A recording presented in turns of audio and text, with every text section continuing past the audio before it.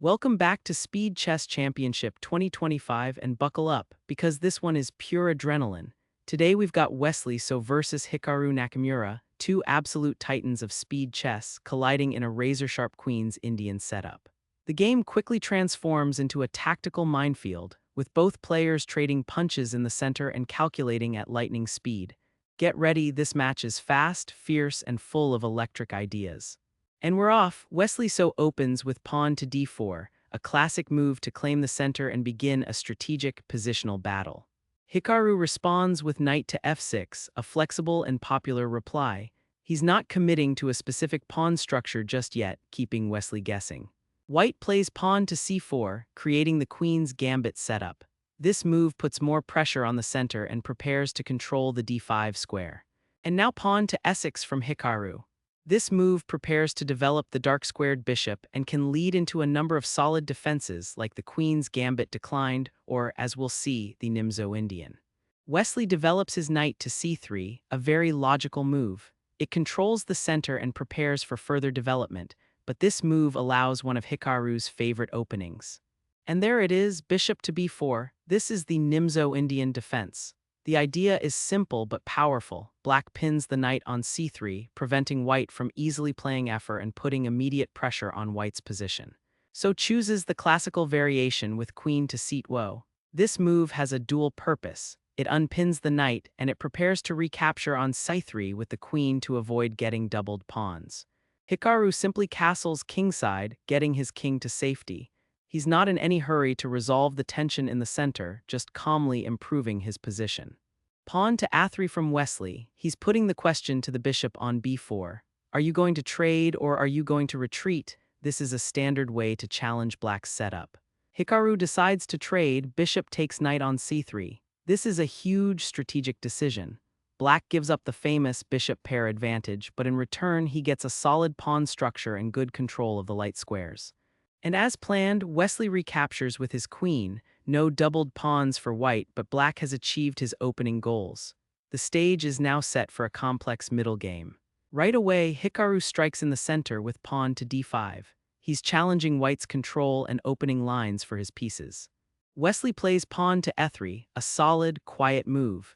He's reinforcing his center and preparing to develop his light-squared bishop. And in response, pawn to b6 from Hikaru. This prepares to fianchetto his bishop to a6, where it will put pressure on white's center from the wing, a very common plan in these structures. White captures on d5, clarifying the central pawn structure. Now the game will revolve around control of the open c-file and the d4 square. Black recaptures, pawn takes d5. We now have a symmetrical pawn structure in the center, but the piece imbalances, white's bishop pair versus Black's active pieces, will define the coming battle. Wesley develops his bishop to d3, a very natural square where it eyes the kingside and supports the center. A fantastic idea from Hikaru, bishop to a6. He's immediately challenging white's powerful light-squared bishop. The logic is simple. If you're going to give your opponent the bishop pair, you should try to trade one of them off as soon as possible.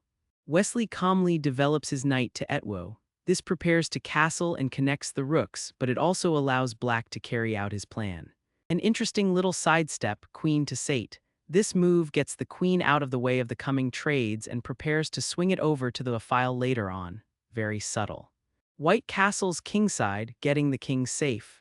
Both sides have completed their initial development, and now the real fight is about to begin. And there's the trade, bishop takes bishop on d3. Hikaru has successfully eliminated one of white's bishops, neutralizing the bishop pair advantage. Mission accomplished. Queen takes d3. White's queen is now centralized, but Black is ready with another idea. Hikaru immediately offers a queen trade with queen to a6. This is a great practical decision. He's slightly better developed and knows that simplifying the position will make it harder for white to generate an attack. Wesley declines the trade with queen to done. He wants to keep the queens on the board to maintain attacking chances, but this does allow Black to continue improving. Knight to d7. A solid developing move, bringing the last of Black's minor pieces into the game. Wesley plays pawn to b3, shoring up his queenside and preparing to challenge Black's control of the c4 square. And there it is, pawn to c5 from Hikaru. He's fighting for space on the queenside and clamping down on the d4 square. The tension is slowly building here. Bishop to b8, Wesley finally gets his last piece into the game. This bishop puts long-range pressure on the center and the e-pawn. Hikaru plays rook to e8, placing the rook on the same file as white's king and preparing for potential action in the center. Wesley decides to release the tension with pawn takes c5. This opens up the b-file for black but also creates a potential weakness for black on d5. Black recaptures with the b-pawn. Now black has control of the open b-file, which could become a major highway for his rook later on. Wesley brings his knight into the action, knight to f4. A great centralizing move, putting pressure on black's d5 pawn. Hikaru calmly plays queen to b7, defending the d5 pawn and adding more pressure along the b-file. Both players are maneuvering, looking for the perfect moment to strike. Rook to bone from Wesley. He's contesting the b-file and making sure his own pieces are well coordinated. And Hikaru follows suit with rook to sate. This is a classic idea you can use in your own games, putting your rooks on open or semi-open files where they can do the most damage. Wesley repositions his queen to f3. It's a more active square, eyeing black's kingside and putting pressure on the d5 pawn. The temperature is rising. And Hikaru immediately jumps in with knight to f5, a fantastic outpost for the knight. It attacks the queen and controls key squares in the center. The real fireworks are coming soon. This knight jump changes everything. Queen to e8, Wesley has to move his queen, but now Hikaru is ready to unleash his plan. Watch closely because this next move is where the game truly ignites. Boom, pawn to d4. This is the move the entire game has been building towards. Hikaru shatters the center, sacrificing a pawn to open up lines for all of his pieces. Would you have found a move this brave? It looks like a simple pawn push, but it completely turns the tables and unleashes chaos on the board. Wesley has no choice but to accept the sacrifice. Pawn takes d4, but this is exactly what Hikaru wanted. He's not looking to win the pawn back immediately, he's looking for the attack. And what a follow-up, knight to g6. Instead of a simple recapture, Hikaru brings another piece into the attack with tempo, hitting the knight on f4. This is high-level tactical vision. Wesley moves his queen to d8, defending the knight and trying to hold his position together. But black's pieces are swarming now, and it's getting very difficult for white to breathe. Another knight jump, knight to f4. Look at this, black's knights are dancing all over the board, creating threats everywhere. The pressure is immense. Queen to e3, Wesley is desperately trying to untangle, but he's just walked into a tactical masterpiece.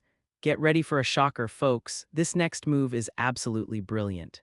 Oh my goodness, knight to c3, an absolutely stunning move from Hikaru Nakamura. He completely ignores all the other threats and plays a move that looks impossible at first glance. It attacks the queen, but the real magic is that it forks the queen and the rook on bone. This is the kind of move that wins games on the spot. Just beautiful. Wesley is forced to capture the knight with queen takes c3. He has no other choice. But now the floodgates are open and black's final wave of attack is coming. And here it comes, knight takes f4.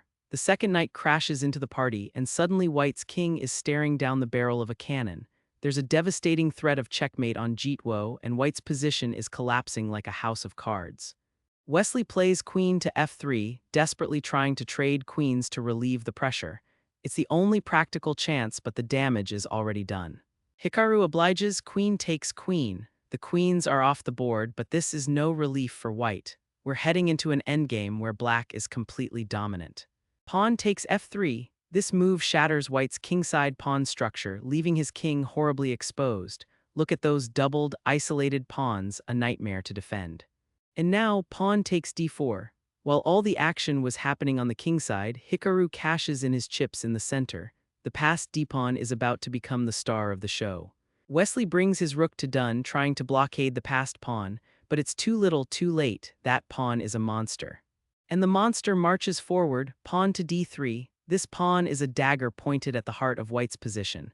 It restricts the white bishop, ties down the rook, and is just 2 steps away from becoming a new queen. White is in survival mode, but there's no escape. Bishop to cone. Wesley tries to reroute his bishop to help stop the pawn, but Hikaru has one final, decisive trick up his sleeve. Knight to e8 check. This forces the white king to move and it sets up the final blow. King to phone, the king is forced to a passive square and now, the hammer falls. And that is the game, knight to c3. A crushing final fork hitting the king on phone and the rook on bone.